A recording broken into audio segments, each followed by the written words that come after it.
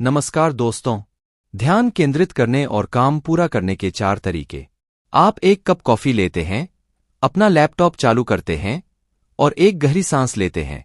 यह ध्यान केंद्रित करने का समय है। आप एक परियोजना योजना लिखना शुरू करने के लिए एक खाली नोट दर्ज करते हैं और सामान्य घंटे या 2 घंटे में पहला मसौदा पूरा करने के बजाय आप खुद को सोशल मीडिया पर सुनते हैं, अपना फोन चेक करते हैं या बस जोनिंग करते हैं। यदि आप वर्तमान समाचार चक्र से घिरे हैं, तो नई जगह पर काम करने की आदत डाल रहे हैं या अपने बोझ को शांत करने की कोशिश कर रहे हैं, तो काम पर ध्यान केंद्रित करना असंभव लग सकता है। लेकिन वर्तमान समय में आपके चरम उत्पादन स्तर से मेल खाना नहीं है।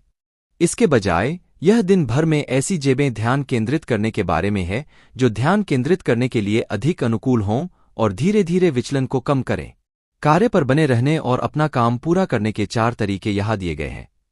इस कहानी से हम को समझते हैं। इससे पहले कि आप इस कहानी में खो जाएं, कृपया वीडियो को लाइक करें और चैनल को सब्सक्राइब करें। बेल आइकन की घंटी सभी को जरूर सेलेक्ट कर ले। दोस्तों, यह आपसे अनुरोध है कि नंबर 1, अपने दिमाग को मोड़ने के लिए नजरअंदाज करें।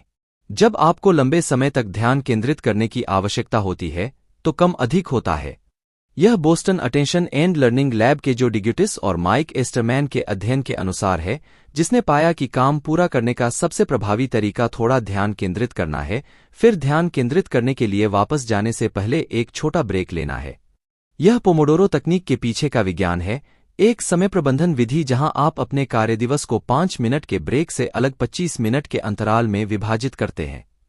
प्रत्येक कार्य अंतराल को पोमोडोरो कहा जाता है और एक बार जब आप 4 पोमोडोरो समाप्त कर लेते हैं, तो आपको 20 या 30 मिनट का लंबा ब्रेक लगता है।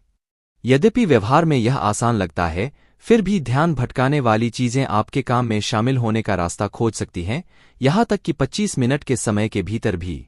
स्टेसी हार्मन, एक एवरनोट सर्टिफाइड कंसल्टेंट और getting things done (GTT) practitioner, ने हाल ही में पोमोडोरो तकनीक का उपयोग करके अनिश्चित समय में ध्यान केंद्रित करने के तरीके पर एक प्रशिक्षण वीडियो जारी किया है, जिसमें प्रत्येक पोमोडोरो के दौरान विचलन की संख्या को शामिल किया गया है। कैसे काम किया जाए? स्टेसी का कहना है कि विचलनों से निपटने का सबसे अच्छा तरीका यह है कि पहले यह स्थापित किया जाए कि वे आंतरिक हैं या बाहरी। आपके अपने विचार और विचार आंतरिक आकर्षण से जुड़े होते हैं, जैसे कि जब आप काम करने के लिए सोचते हैं लेकिन अचानक अपने ईमेल जांचने या इंटरनेट पर कुछ देखने की इच्छा महसूस करते हैं। आप इस व्याकुलता को अनुकूलित कर सकते हैं और इसे अपने पोमोडोरो को बर्बाद होने से बचा सकते हैं। अपने विचलनों को कोडित करके आप अपने दिमाग को काम पर ध्यान केंद्रित करने के लिए तैयार कर पाएंगे। बाहरी विकर्षण तब होते हैं जब आप दूसरों द्वारा बाधित होते हैं, जैसे किसी प्रोजेक्ट पर मदद की जरूरत होती है या कोई मित्र आपको संदेश भेजता है। क्योंकि आपका लक्ष्य पोमोडोरो के अंत तक बना हुआ है, आपको प्रतिक्रियाओं से निपटने के लिए कुछ सेकंड का समय लेना चाहिए और ध्यान केंद्रित करने के लिए वापस जाना चाहिए। स्टेसी कुछ ऐसा कहने की सलाह देती हैं: मैं पोमोडोरो के बीच में हूं, मैं 25 मिनट में आपसे संपर्क करूंगी, या मैं ऐसी जगह पर नहीं हूं जहां मैं अभी जवाब दूं। समय के साथ आप अपने मस्तिष्क को बिना किसी आंतरिक या बाह्य दृश्य के पूरे 25 मिनट तक लगातार काम करने के लिए प्रशिक्षित कर सकते हैं। नंबर 2, अपने अल्ट्राडियन लय के अनुसार कार्यों को शेड्यूल करें। आपकी ध्यान केंद्रित करने की क्षमता पूरे दिन और सप्ताह में रहती है। कई बार ऐसा होता है जब आप उस ईमेल को तुरंत लिख सकते हैं या उस प्रोजेक्ट को पूरा कर सकते हैं, और कई बार ऐसा भी होता है जब संतोषजनक काम करना बहुत ही स्वाभाविक और चुनौतीपूर्ण लगता है। यद्यपि आप अपने दिन में कम उत्पादक समय को खत्म नहीं कर सकते और नहीं करना चाहिए, लेकिन यह एक तरीका है कि आप कब अपने सर्वोत्तम प्रदर्शन की संभावना रखते हैं और इसे अनुकूलित करें। हम सभी 24 घंटे की आंतरिक घड़ी पर चलते हैं, जिसे हमारी सरकार कहती है। यह तय करता है कि हम कब सोते हैं, जागते हैं और ऊर्जा के चरम स्तर का अनुभव करते हैं। उस 24 घंटे के दिन के भीतर हम उत्पादकता और विकसित हुए फोकस के 90 मिनट के ब्लॉक से गुजरते हैं, जिसे हमारी अल्ट्राडियन लय के रूप में जाना जाता है। अपने स्वयं की अल्ट्राडियन लय को समझने के लिए प्रत्येक दिन एक ही समय पर प्रति घंटे के अंतराल पर अपने फोकस, उत्साह और ऊर्जा के स्तर को रिकॉर्ड करें। अपनी दैनिक दिनचर्या में किसी भी बदलाव का वर्णन करने वाला एक नोट जोड़ना सुनिश्चित करें, जैसे कि यदि आप दोपहर में बदल गए थे। 1 या 2 सप्ताह तक डेटा एकत्र करने के बाद आपको एक दुखद उभरता हुआ दिखाई देगा। आप यह पता लगाने में सक्षम होंगे कि आपका ध्यान और ऊर्जा कब सर्वोच्च और निम्नतम पर है और उसके अनुसार अपने कार्य का मिलान कर सकते हैं। उदाहरण के लिए, अपनी सबसे रचनात्मक, बौद्धिक परियोजनाओं को उस समय के लिए सुरक्षित रखें जब आप सबसे अधिक केंद्रित महसूस करते हों। फिर, जब आपके पास कम ऊर्जा हो और आप आसानी से आभारी हो जाएं तो अपने अधिक मार्गदर्शन, प्रचार जैसे कार्यों पर काम करें। नंबर 3, जोनिंग आउट के लिए समय निकालें। कई प्रोडक्टिविटी फीचर्स आपको सिखाते हैं कि मन को कैसे शांत किया जाए और उसे भटकने से कैसे रोका जाए। यद्यपि यह उल्टा लग सकता है, लेकिन एक अधिक कुशल तरीका पूर्व निर्धारित समय पर दिवास्वप्न देखने को प्रोत्साहित करना है। हार्वर्ड विश्वविद्यालय के मनोवैज्ञानिक पॉल सेली ने दिवास्वप्न के 2 प्रकार की पहचान की है: आश्चर्यजनक और अप्रत्याशित मन भटकना।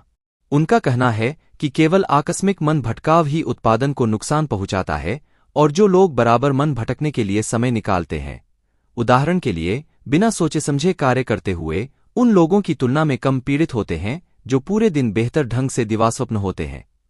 बीबीसी के एक लेख में पॉल कहते हैं, यदि कार्य आसान है तो स्पष्ट दिमाग भटकाने से प्रदर्शन लागत नहीं आएगी, लेकिन इससे लोगों को समस्या समाधान और योजना जैसे दिमाग भटकने के सुनने को प्राप्त करने का अवसर मिलना चाहिए। आपके लिए इसका क्या मतलब है? हर दिन खुद को 10 से 15 मिनट के लिए शांत रहने के लिए कहें, लेकिन इस समय को ध्यान से चुनें। शायद आप अपनी वेबसाइट के बाद अपनी वेबसाइट साफ करते समय या फिर कॉफी पीने के लिए टहलने जाएं समय अपने दिमाग को भटकाने पसंद करते हैं। इस तरह आपके गहन कार्य या महत्वपूर्ण बैठकों के दौरान दिवास्वप्न देखने की संभावना कम हो जाएगी। नंबर 4, सही कार्यस्थान चुनें। अपने व्यवहार को बदलने का सबसे आसान तरीका है अपने व्यवहार को बदलना। उदाहरण के लिए, यदि आप दिन में कम पढ़ना चाहते हैं तो अपने कार्यालय में स्टैंडिंग डेस्क के लिए जाएं। या अगर आप अपना ध्यान केंद्रित करना चाहते हैं तो सही जगह पर काम करें। हिप्पोकैम्पस की मेमोरी स्टोरेज की प्राकृतिक शैली का लाभ उठाने का एक तरीका यह है कि हम जो अलग अलग तरह के काम करते हैं उनके लिए अलग अलग कार्य स्थान निर्धारित करते हैं। यदि आप 2 पूरी तरह से अलग अलग प्रोजेक्ट पर काम कर रहे हैं तो हर एक के लिए एक डेस्क या टेबल या घर का एक हिस्सा समर्पित करें। बस एक अलग जगह पर कदम रखें से आपके दिमाग पर बटन दबाया जाता है और अधिक उत्पादक और विचार की विज्ञप्ति जारी की जाती है। डैनियल जे. लेविटिन ने अपनी किताब the critical architecture mind, thinking straight in the age of information overload में लिखा है, उदाहरण के लिए, यदि आप घर से काम कर रहे हैं तो आपको लिविंग रूम के सामने वाले हिस्से पर, जहां आप आमतौर पर टीवी देखते हैं, बैठने की तुलना में एक समर्पित कार्यालय में काम पर ध्यान केंद्रित करने में अधिक सफलता मिलती है। यदि आपके पास घर पर कोई कार्यालय नहीं है तो संदर्भ संकेत साझा स्थान को अलग महसूस कर सकते हैं। मान लीजिए कि आप अपने स्टोरेज रूम की टेबल पर काम करना चाहते हैं। आप मोरेंट को नए अनुभव के लिए उसे फिर से सेशन पर ध्यान केंद्रित कर सकते हैं, जैसे कि आपका सेंटरपीस और किसी भी प्लेट या टेबलेट को दूर रखना और उन्हें ऐसे दृश्य उपकरण से प्राप्त करना जो फोकस का संकेत देना है, जैसे कि आपका अपना केंद्र बिंदु वर्कशॉप, ऑफिस का प्लांट या बाहरी मॉनिटर। महत्वपूर्ण बात यह है कि जब आप काम खत्म कर लें तो उससे दूर रहकर बात करें ताकि यह सुनिश्चित हो सके कि यह संदर्भ संकेत केवल फोकस और एकाग्रता से जुड़ा हुआ है। रेजिन समय में भी ध्यान केंद्रित रखना। काम करना पूरा कभी कभी भी काम के बारे में नहीं होता है। बेशक, काम पूरा करना आपकी क्षमता पर निर्भर करता है कि वे कितने सरल या जटिल हैं, लेकिन यह आपका मूड, आपका अवसाद और आपके जैसा पास क्या हो रहा है, यह पर भी अनुमोदित है। जब चीजें विशेष रूप से बच्चे हों और तेजी से बदल रही हों तो छोटे छोटे तरीकों से रहने के लिए काम पर बने रहें। हर स्टॉक एक नई रणनीति है और इस बात पर ध्यान दें कि आपके लिए क्या स्टार्टअप है और क्या नहीं। और जब आप काम करने के नए तरीकों को अपना रहे हों तो उन दोस्तों का जश्न मनाना न भूलें जब आप ध्यान केंद्रित कर पाए। दोस्तों, आज की वीडियो कुछ आपको पसंद आई हो तो वीडियो को लाइक कर देना, चैनल को सब्सक्राइब कर देना।